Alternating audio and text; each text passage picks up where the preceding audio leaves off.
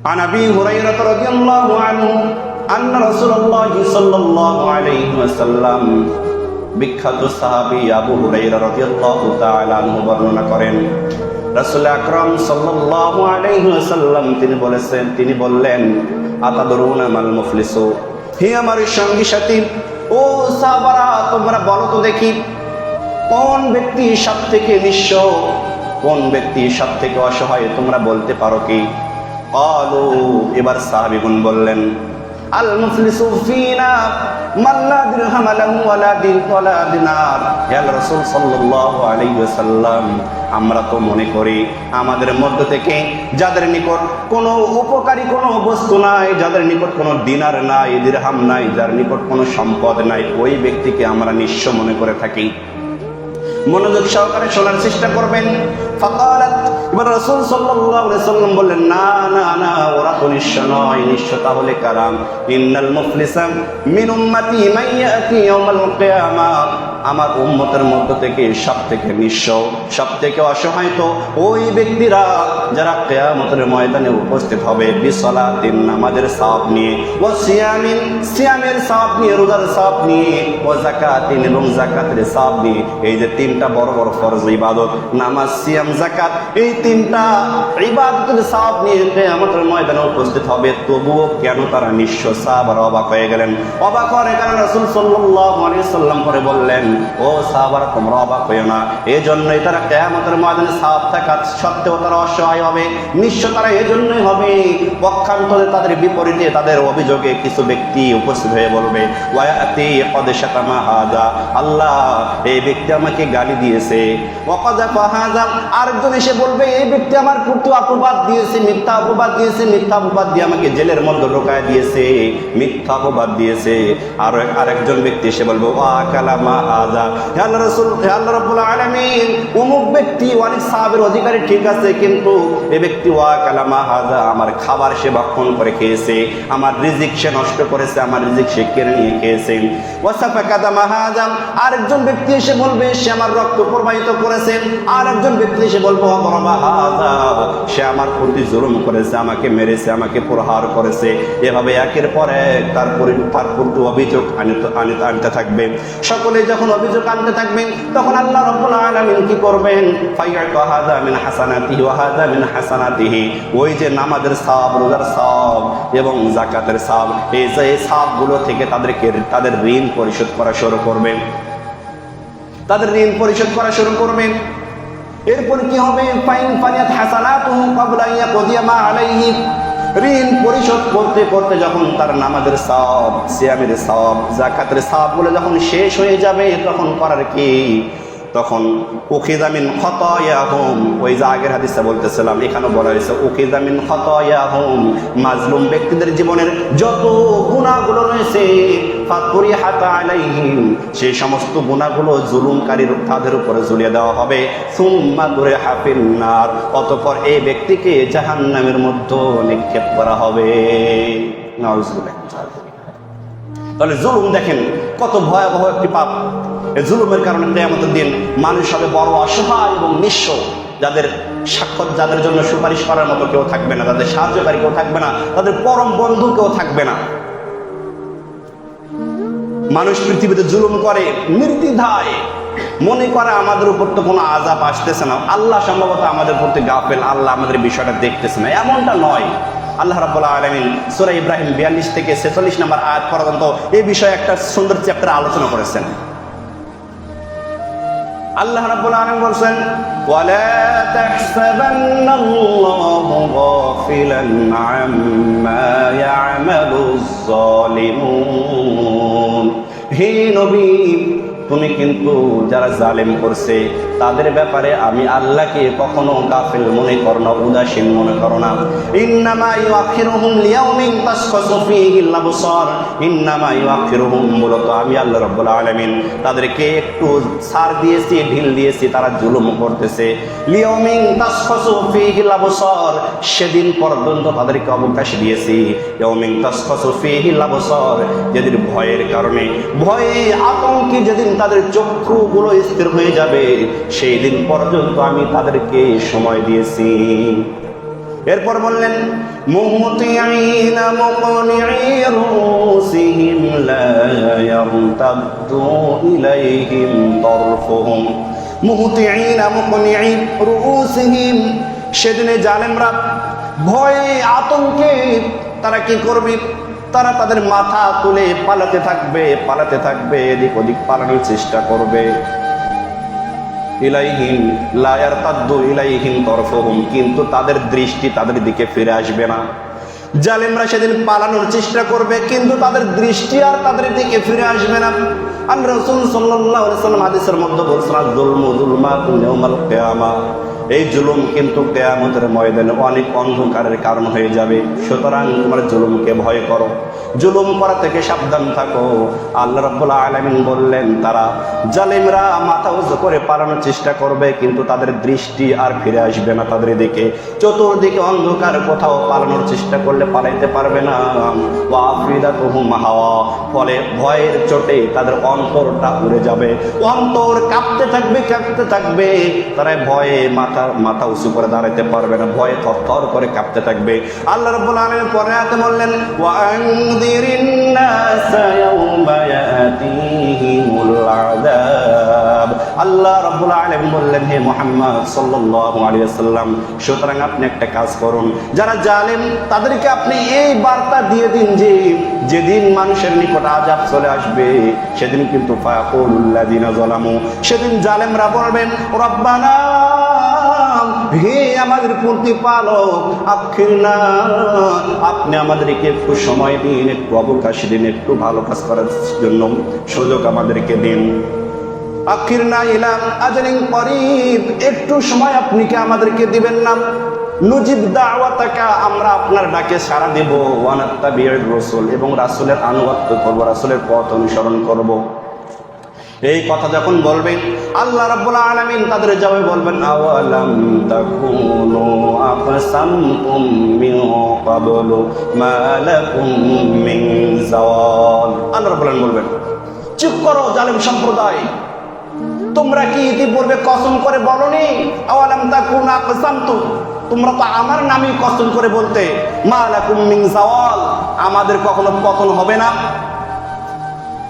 তোমরা তো নিজেরাই গর্ব করতে, নিজেরাই শপথ করতে আর বলতে, আমাদের কখনো পতন আর হবে না।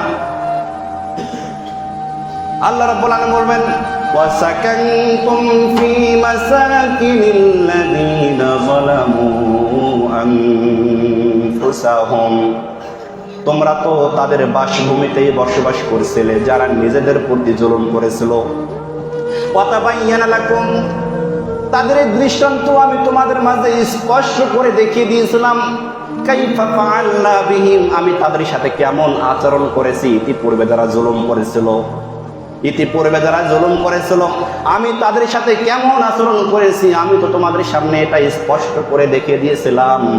ওয়াদরাবনা লাকুমুল আমসাল, এরকম অনেক দৃষ্টান্ত আমি তোমাদের মাঝে দেখিয়ে দিয়ে তোমাদেরকে বোঝানোর চেষ্টাও করেছিলাম, কিন্তু তোমরা পাল্টা চক্রান্ত করতে, মুসলিমদের বিরুদ্ধে, মুমিনদের বিরুদ্ধে, আল্লাহর বিরুদ্ধে, রাসূলের বিরুদ্ধে তোমরা পাল্টা চক্রান্ত করেছিলে। কিন্তু তোমাদের চক্রান্ত ছিল অনেক ভয়াবহ চক্রান্ত। পরের আয়াতে বলা হয়েছে, ওয়াকাদ মাকারু মাকরাহুম ওয়া ইনদাল্লাহি মাকরুহুম। আল্লাহ রাব্বুল আলামিন বলেন, এই জালিমরা চক্রান্ত করেছিল, সেটা ছিল খুবই ভয়ানক। ওয়া ইনদাল্লাহি মাকরুহুম, কিন্তু তাদের চক্রান্তগুলো আল্লাহর দৃষ্টির ভিতরেই ছিল। জালেমরা চক্রান্ত করে, কিন্তু তাদের চক্র কোথায় থাকে? আল্লাহর দৃষ্টিতে থাকে। আল্লাহ বলে ভুলে যান না। ওয়া ইন কানা মাকরুহুম, তোমরা এমন চক্রান্ত করেছিলে, লিতাজুলা মিনহুল জিবাল, এমন চক্রান্ত তোমাদের ছিল যেন পাহাড় পর্যন্ত, পর্বত পর্যন্ত তোমরা ঢলে দেবে, এমন চক্রান্ত তোমরা করেছিলে। কিন্তু আল্লাহ রাব্বুল আলামিন মুসলিমদেরকে আগে থেকে এত অবকাশ দিয়েছেন। সূরা আনআম 57 নম্বর আয়াতে শেষ অংশে বলেছেন, ওয়া হুয়া খায়রুল ফাসিলিন, আল্লাহই হলো সবথেকে উত্তম ফয়সালাকারী। সুতরাং জালেমরা যত পরিকল্পনাই করুক না কেন, যত চক্রান্তই করুক না কেন, আল্লাহ রাব্বুল আলামিন সবথেকে বড় উত্তম ফয়সালাকারী। জালেমরা কখনো সফলতা অর্জন করতে পারবেন ইনশাআল্লাহ তাআলা।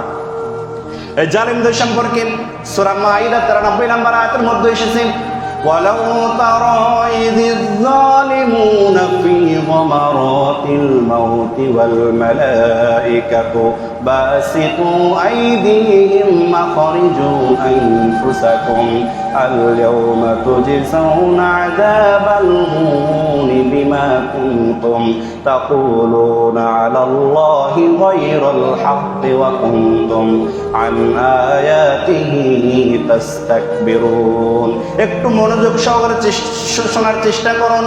আল্লাহ রাব্বুল আলামিন বললেন ওয়ালাউ তারা ইযিজ যালিমুনা ফি গামারাতিল মাউত, হে রাসূল সাল্লাল্লাহু আলাইহি ওয়াসাল্লাম আপনি যদি দেখতেন তাদেরকে জালেমরা যখন মৃত্যুর কষ্টে আপতিত হয়।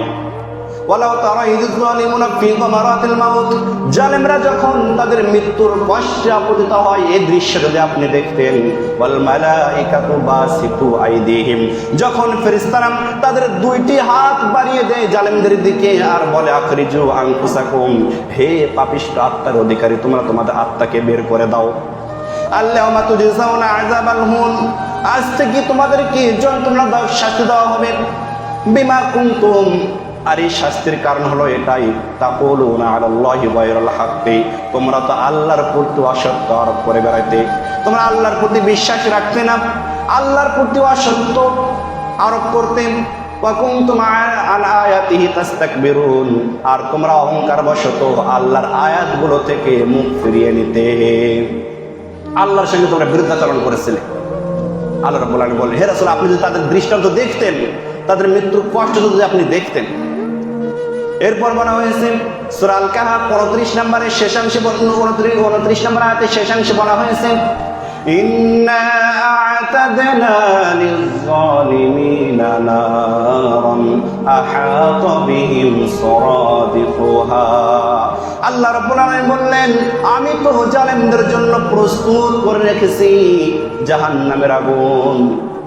আহাত বিহিম সুরাদিকুহা, যার লেলিহানি শিখা আগুনকে বেষ্টন করে রেখেছে।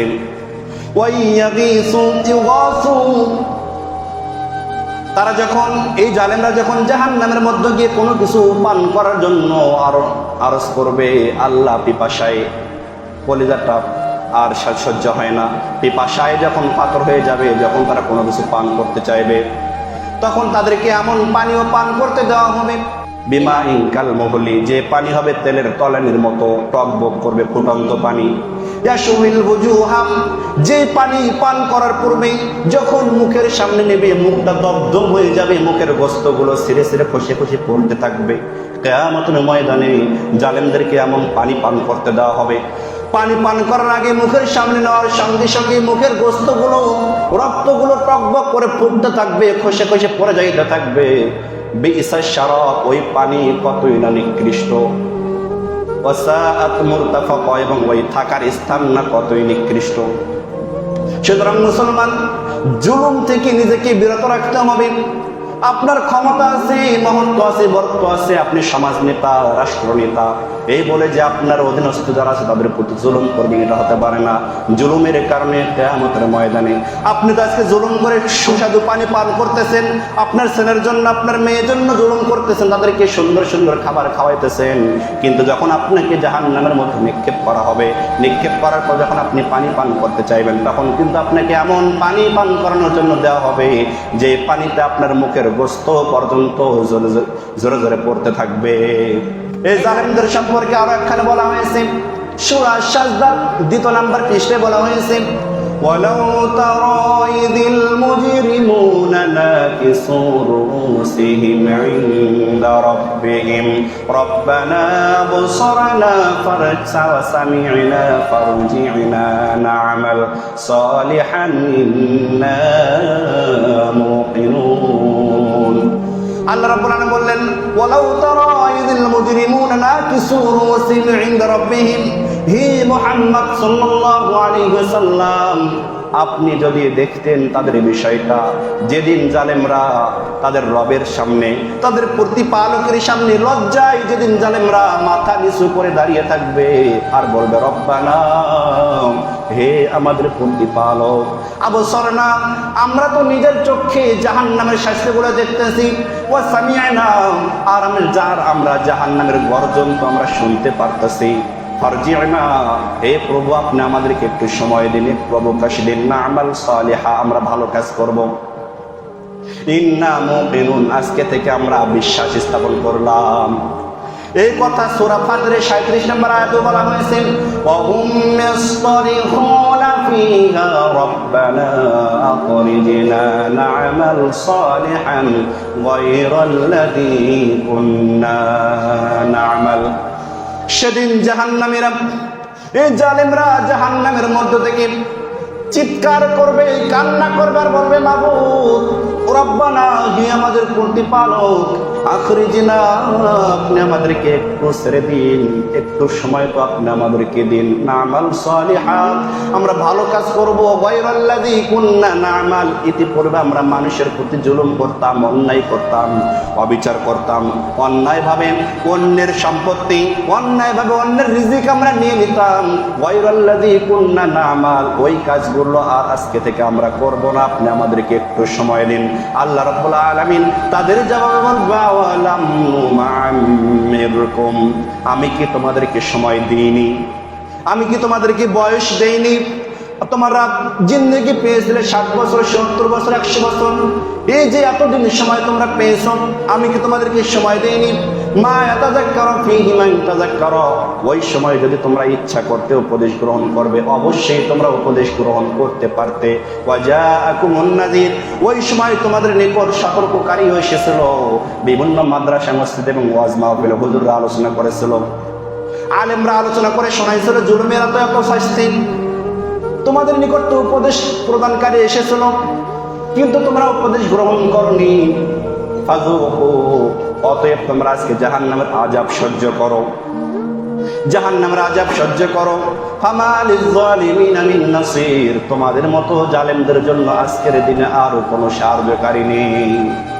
এই কথা যখন বলবে আল্লাহ রাব্বুল আলামিন, জালেমরা এই কথা শোনার পর আরো হতাশ হয়ে যাবে, তারা চিৎকার করবে, কান্না করবে এবং দুই হাত মুখের সামনে নেবে আর বলবে, وَيَوْمَ يَعُضُّ الظَّالِمُ عَلَى يَدَيْهِ يَقُولُ يَا لَيْتَنِي أَتَّخَذْتُ مَعَ الرَّسُولِ سَبِيلًا।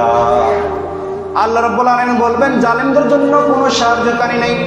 তখন জালেমরা সেই দিন তাদের দুইটি হাত মুখের সামনে নেবে এবং সাপে যেভাবে দংশন করতে থাকে, এই জালেমরা দুইটা হাত মুখের সামনে নিয়ে কামড় দিতে থাকবে, কামড়াইতে থাকবে, কামড়াইতে থাকবে, কামড়াইতে কামড়াইতে দুই হাত থেকে তারা রক্ত প্রবাহিত করবে, রক্ত প্রবাহিত করবে। ইয়াকুলু ইয়া লাইতানি, আর বারবার বলতে থাকবে, হায় আফসোস, হায় আফসোস, হায় আফসোস, আত্তাখাযতু মা'আর রাসূলি সাবিলা, ইতিপূর্বে যদি আমরা রাসূলের পথ অনুসরণ করতাম, তাহলে আজকে আমাদেরকে এই জাহান্নামের আগুনে জ্বলতে হতো না।